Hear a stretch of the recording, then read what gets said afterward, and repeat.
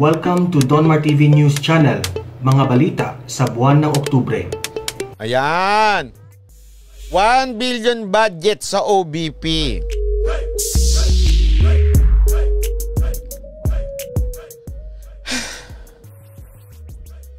Alam mo, sa totoo lang ako honestly, gusto ko nang, ako tatanungin nyo, gusto ko na lubayan tong hinayupak na to. Sorry, totoo, ayoko na binabanggit pangalan niya kasi obvious naman Obvious naman na yung kanyang mga galaw, napakita na natin ng mga nakaraang araw, kaya gusto ko nang lubayan. Parang common sense na lang kung gusto mo si Velasco, alam mong meron ka natatanggap na pabor o anuman, okay? Kaya lang nung nabasa ko to kanina, talagang pumutok yung butchi ko. Isipin mo si Franz Castro, taga Makabayan Black yan. Si Rufus Rodriguez, na nangunguna, isa yan sa mga leader ni Velasco. Eco plea to increase the budget of 1 billion in 2021? 1 billion, bakit? Kasi daw tumutulong? Nakalimutan nyo ba na COA mismo nagsabi? Sabi ng COA, meron silang hindi nagamit na medical fund, basta ganun, medical fund na hindi nagamit ng opisina ng OVP. Tapos ngayon dadagdagan mo pa? Ano ka? Bobo o tanga? Tinatanong ko lang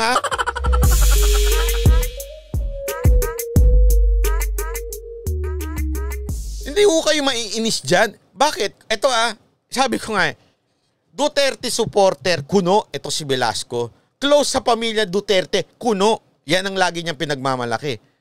Tapos, you would allow this office na araw-araw binabanatan ang Pangulong Duterte?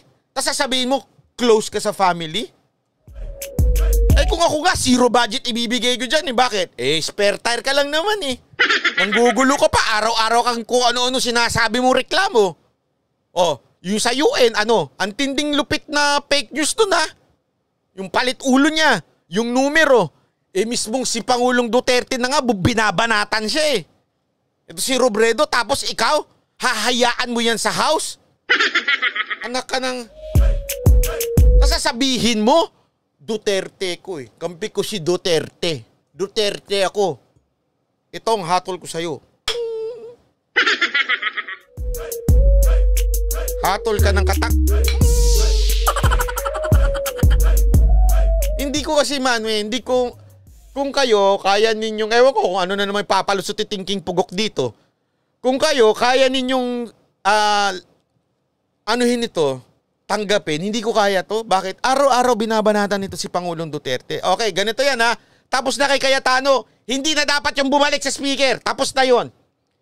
Pinupuna natin si Velasco kasi mali Si Pangulong Duterte nang tatamaan itong kalokohan na to. Isipin mo naman yan, Brad. Mag-isip ka naman, Velasco. Alam mong may power ka, okay, over that, na hindi dapat mabigyan ng 1 billion budget yan. Every day, may iyong niya. Ang sa akin lang naman, ng iyong, every day yan. Every day may komento yan. Laban sa atin, sa gobyerno. Tapos sasabihin nyo, okay lang to, okay lang. Yung kaalyado mo pang nangunguna,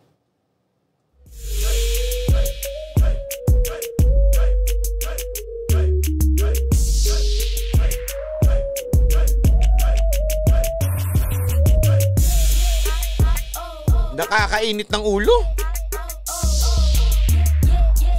Unang araw pa lang yan Basically ngayon ang unang araw, kahapon yung lahat ng Pero ngayon unang araw pa lang yan. Yan na kagad ang gagawin. Tapos tatakbo sa 2022. Tapos sasabihin, saan ka nakakuha ng perang pantakbo? Nagpalugaw ako. Hindi ba kayo nagtataka? Hindi kayo, sa totoo lang, hindi kayo nagtataka sa dito? Talagang isipin nyo hindi nakapag-antay. Okay?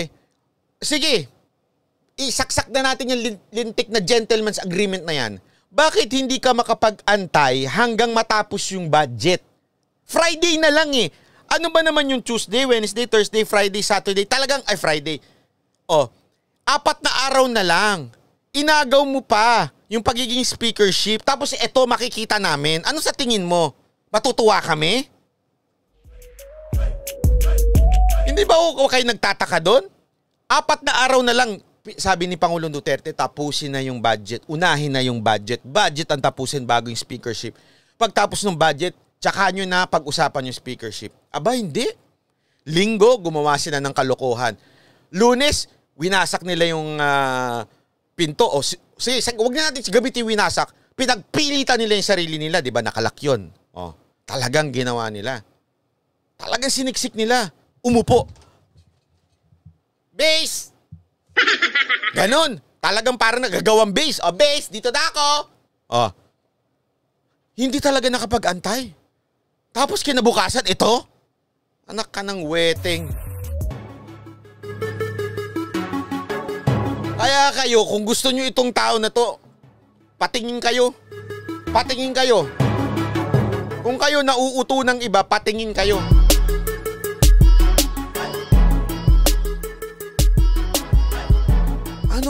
Sabi ko nga sige, baka naman kailangan talaga ni OBP kasi tumutulong naman siya.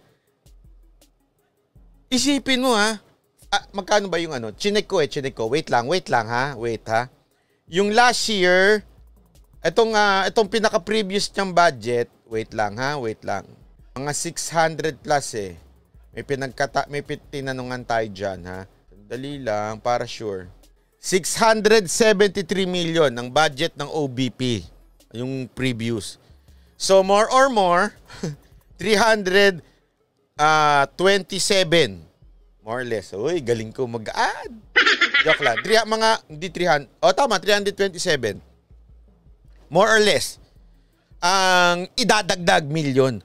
Sana kung wala kang hindi na gastos nung nakaraan, pwede, okay, tama. Baka kailangan talaga, baka kinulang yung 600. Di ba? Let's give her benefit of the doubt. Hindi Meron kang hindi nagastos na 100 plus.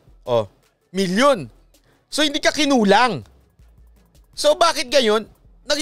May padagdag.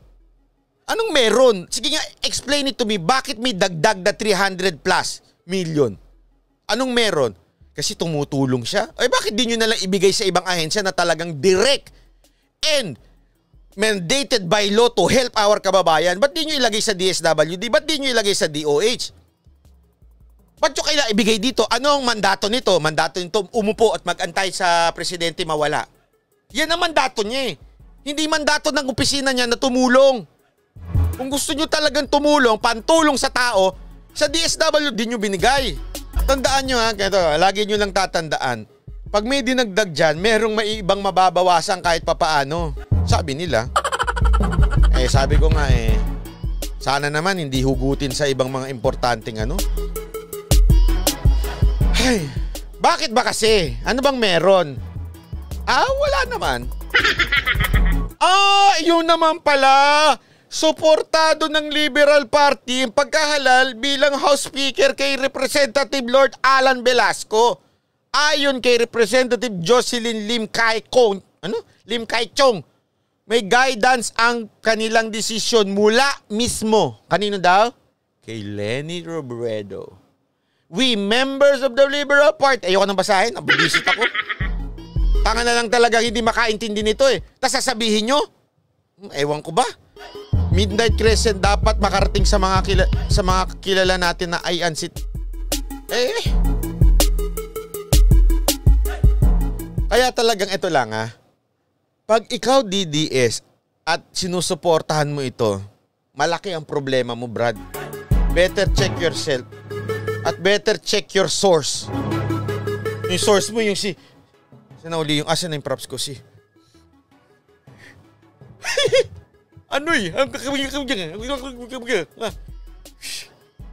yan ang source mo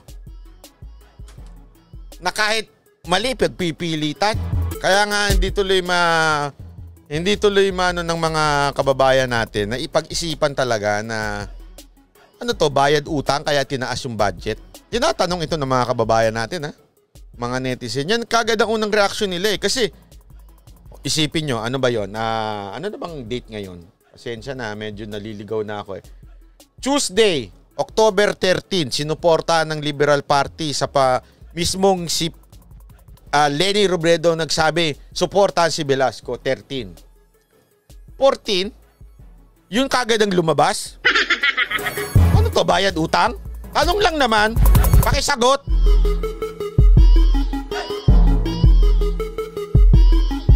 Kaya nga ito napakagaling nitong si prosecutor, si Fiscal Attorney Darwin Cañete. The test of Speaker Velasco's loyalty to the Duterte family who put him on the speakership is whether he will give 1 billion budget to the OVP as proposed by Reds, which actively undermines the same family to whom he owes his post. Ingrata lang o traidor, papayag dyan. Antindi. Papayag lang daw dyan sa ganyang klase at sa mga, isipin nyo mga kaliwang grupo pa yan nagpo-propose niyan. Papayag lang daw dyan ingrata or traidor.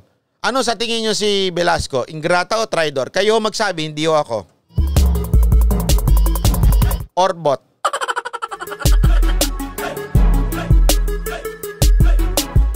Galit ito si Mary Jennifer Brodet Joan Lopez. Ay mali. Yung Joan Lopez niya yun, nireplyan niya. Mary Jennifer Brodet, sabi niya. Ito sa post ni Darwin to Sabi, Diyos me, hindi halatang makabatit. Sila Diyos ko, CDS na CDS. Yan. Ayan itong mga komento ni Mary Jennifer Brodet, halatang yung source niya si Thinking Pugok. CDS.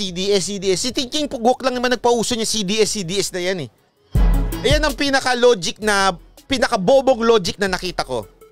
Na if you like somebody, doon na kagad ikaw, hindi ka na DDS. So, ibig sabihin, kung gusto ko si Marcos, hindi na ako pwedeng maging DDS? Magiging MDS na ako? Ganun ba yon? So, kung gusto ko si Tugade, hindi na ako magiging DDS? TDS na ako? Tugade diehard supporter na ako? Grabe. Yan ang logic ng mga bobo. Sorry, totoo talaga Logic yan ng mga bobo. Kung gusto mo isang tao, hindi ka na pwedeng DDS? Anong klaseng logic yon? Tapos makamatit. Ang corny. Totoo lang, ang corny. So, kung ano nga yung kamukha niya si Matet, kamukha ko si Aiza. Yan ang insulto nila sa akin, kamukha ko daw si Aiza Sigera. Kayo, magaling kumanta yun. Pagdating ng panahon, siya rin na magiging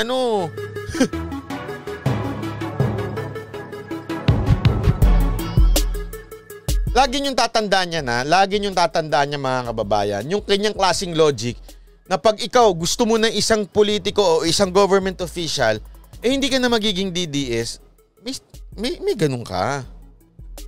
May ganun ka talaga, Brad. Hindi mo naintindihan.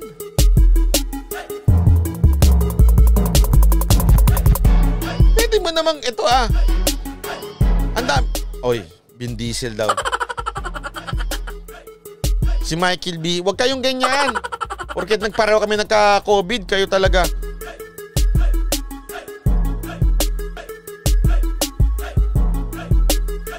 Ito pa sabi ni Fiscal Darwin Cañete. Mary Jennifer Brodet, nope. Binara niya kagad si Mary. You side with Dilawans, Leni and Makabayan that puts you on my... Nako, lupit ni prosecutor Talagang at least, I don't care if APC comebacks, you do not concede to the enemy. Ayan ang Ito ang sinasabi ko sa inyong matindi. Isipin mo lang to. Ganito lang katindi yan Ikaw, makikipagsundo sa Makabayan Block na alam naman natin supporter. O sabihin na natin kasama ng mga NPA. Ako nagsabi, kaya nga CPP, NPA, NDF Saan ko ba nagsabi? Magkakasama kayo. Iisa kayo Magkakagrupo kayo. Although you don't hold arms, as what you said, saying pala, na hindi kayo mahawak ng armas at kayo yung National Democratic Front o kayo yung legal front. Wala namang problema. Sige, legal front kayo. Kayo pa rin yung legal front. Kasama nyo pa rin yan. O hindi naman ako nagsabi niyan. Si Maria Sison na mismo nagsabi niyan. CPP, NPA, NDF. Magkakasama kayo. Kaya nga pag humihingi kayo ng peace talks, di ba? CPP, NPA, NDF. Yan ang usapan, peace talks. So magkakasama kayo. Makikikuntsaba ka sa kanila? Makikipag-usap ka? Ayan ha. Hindi ako nag-post niyan, si Darwin Cañete, si Fiscal Darwin Cañete yan. Hindi ako yan, si ang talinong abogado niyan, Alma Brana, salamat po. Kasama, nakikipag-usap, si Velasco dun sa Makabayan Black. Tapos sasabihin ninyo, sige, ano ba sinasabi ng Makabayan Black kay Duterte? Pasista. Sila yung mga nagmumura yung, di ba, makikita mo sa mga rally-rally, binababoy nilang Pangulo, tapos papayag ka na makikipag, sabi nga you do not concede to the enemy.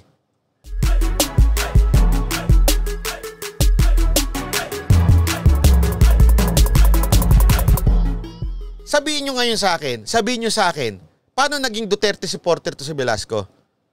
Sige nga. Pagkatapos ng mga galawan niya, first day pa lang ito. Ganyan na siya.